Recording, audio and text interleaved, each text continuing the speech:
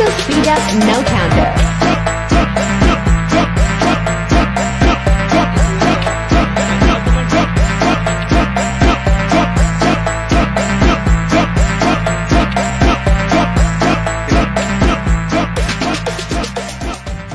Biyen ana randha jenenge Mbok Sirni ing desa cilik. Dheweke kerja dadi petani cilik. Dheweke pengin ana bocah sing nulungi lan ngancani dheweke kerja.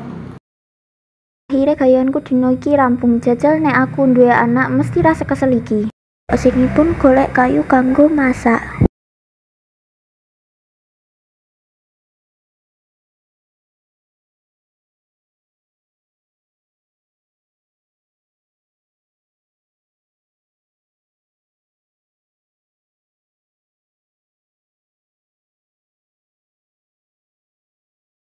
Pas Mbok Sirni ngomong dhewe ana raksasa ora sengaja krungu pas lagi turu. Kapan aku duwe anak? Sapa mang sing ngomong?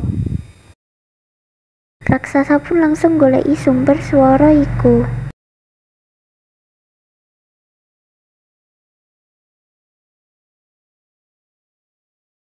Yen kowe kepengin duwe anak tak wenehi anak nanging kanthi syarat yen anak kasebut umur 17 taun wehna aku arep tak pangan. Tak wehi wiji timun tanduren ning omahmu. Nggih. Mbok Sirni pun langsung nandur biji timun kasebut ning ngarep omahe.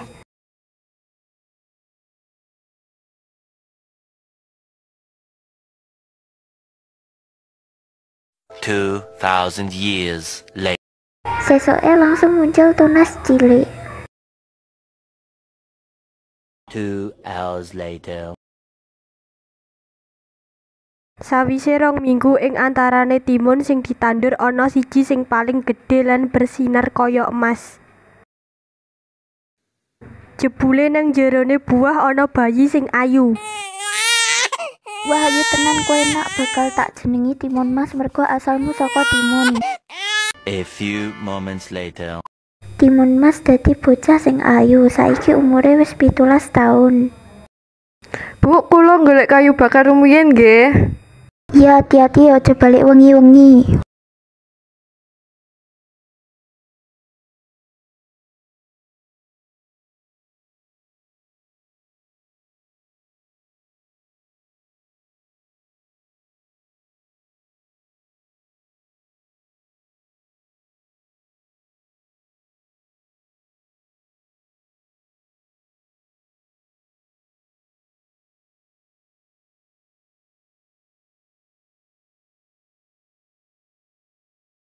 Pas Mbok Sirni lagi lungguh ana raksasa marani arep nagih janji.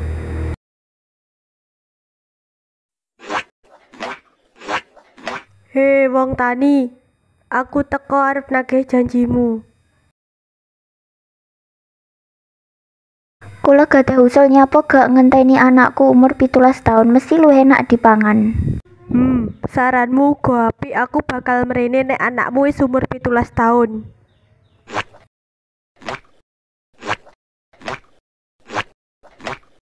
Ing sawijining awan Mbok Sirni krungu swara bisikan supaya anake slamet kudu ketemu karo petapa ing kali esuk-esuk dheweke langsung mrene.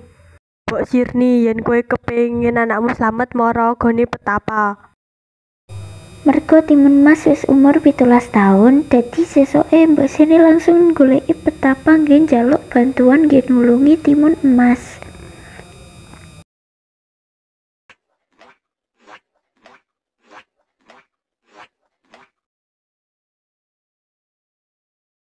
Yen anakmu pengen selamat, tak kei bungkusan iki.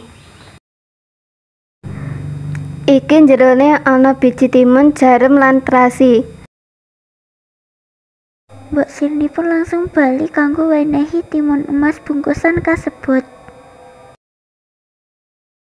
Pas teko omah, anakku cepet mlayu liwat mburi, iki gawonen. Nggih, Bu.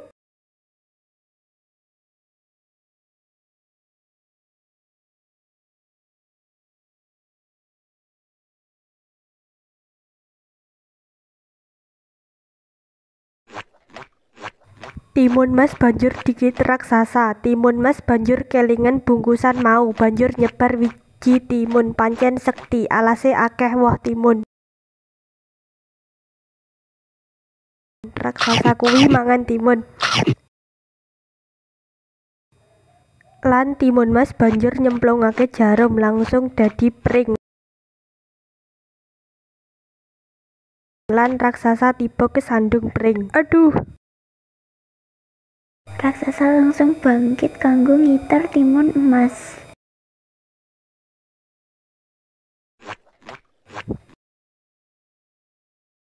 Timun Mas buka bungkusan banjur nyebar terasi.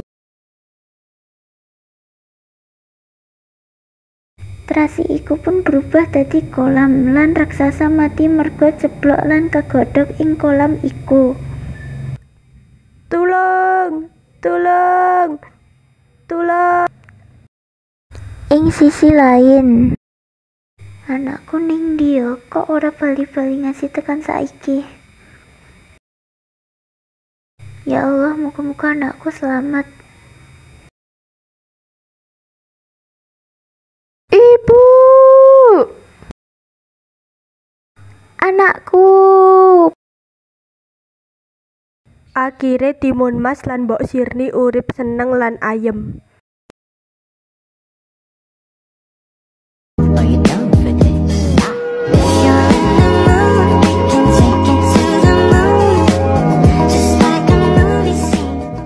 But what the hell, boy? Dang, yo. Ya. Dipencet sih.